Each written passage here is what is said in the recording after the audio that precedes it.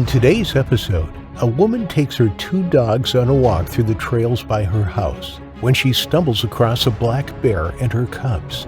Her dogs immediately run away in fear, leaving her defenseless against the hungry bears. Hit that like button and subscribe right now.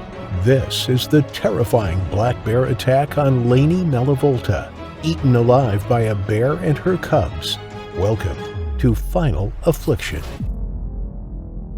Durango, nestled in the heart of Colorado State in western U.S., is a vibrant and bustling town surrounded by towering peaks and rolling hills that offer breathtaking vistas at every turn. Here, one can hike through the towering San Juan Mountains, kayak down the Animas River, or bike through the winding trails of its jagged countryside. The scent of pine trees fill the air as the crystal-clear streams and verdant meadows take away your breath.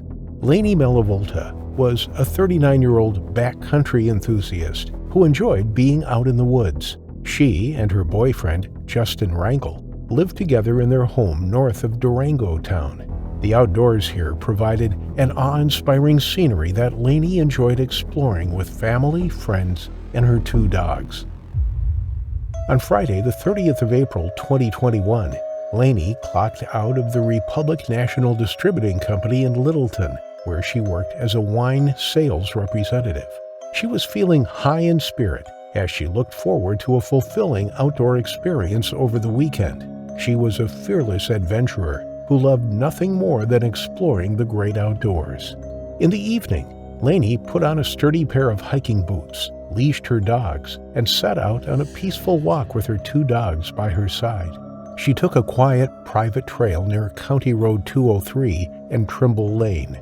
The crisp evening breeze was scented with the fragrance of pine trees as the setting sun cast a golden glow over the landscape. Laney found solace in the quietness of the trail and the breathtaking panorama.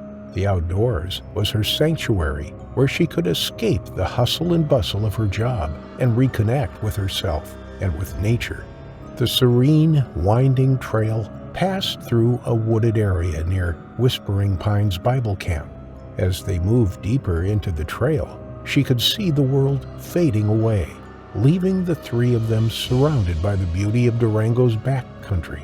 It was a fleeting moment of pure contentment and tranquility in a world that can at times be overwhelming and chaotic. However, before she could wander further, her two dogs became alarmed, stood on their tracks, and their ears stood erect. They then began barking continuously while facing the woods. Something in the bushes had spooked them. Laney attentively scanned the woods, but she couldn't see anything. She knew that her dogs wouldn't just bark without cause, but she had no idea of what her dogs had sensed or seen. And then, just before the last light of the setting sun disappeared, something emerged from behind the woods. It was a female black bear with her two cubs in tow. They were coming straight at her and her dogs. The sight of the huge bear shook her to the core. She tried to move, but her knees were suddenly too weak. She stood frozen in terror as her dogs barked and yipped in fear while fleeing back down the trail, tails tucked between their legs, leaving Laney alone with the bear. At 8 p.m., Justin Wrangel, Laney's boyfriend, arrived home from work.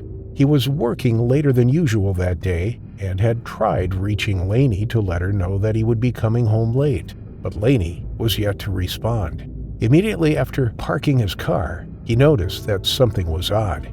He noticed the lights in the house were off, and the dogs were out in the yard with their leashes still on. His girlfriend Laney was nowhere to be seen. He looked through all the corners of the house and even the shed outside, but still he couldn't find her. Knowing that she often took the dogs for a walk along the private trail, he dropped his luggage and set out, following the trail near the Whispering Pines Bible Camp to look for her. The sun had set hours ago, leaving the forest in pitch darkness. Justin searched the trail while calling out her name as the light from his flashlight cast eerie shadows on the trees, but the silence of the woods was the only response he received. As the minutes painfully went by, desperation crept in and his body began to fill with fear and worry.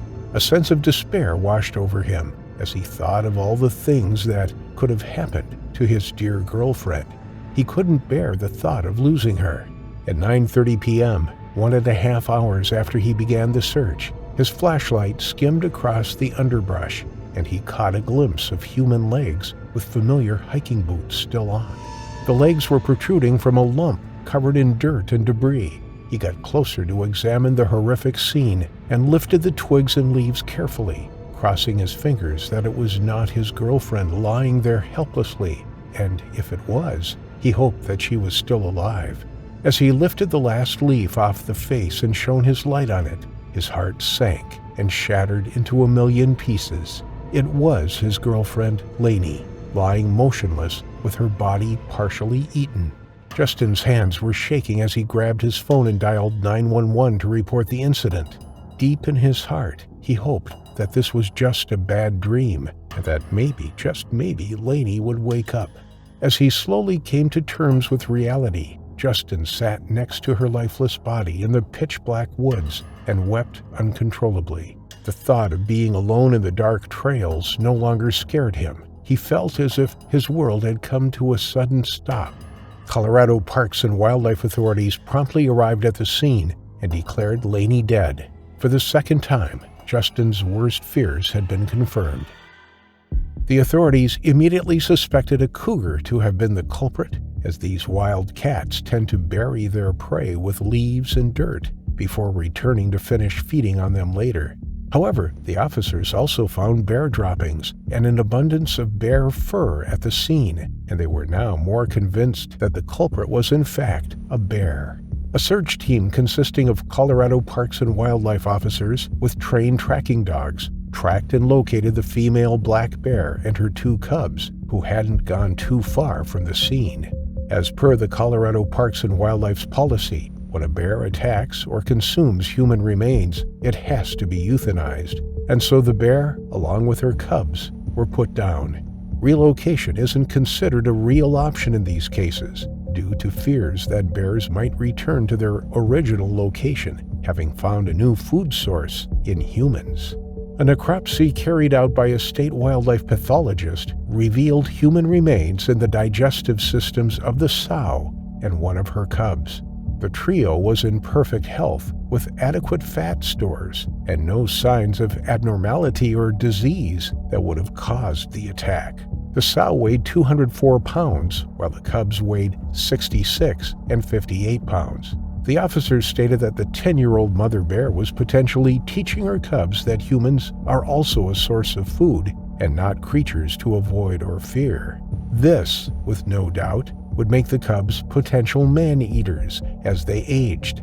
An autopsy on Laney revealed that she had passed on from blood loss due to perforations on her neck. The extensive damage had been inflicted by the sow after its sharp and long canines punctured her jugular vein and other regions on the neck.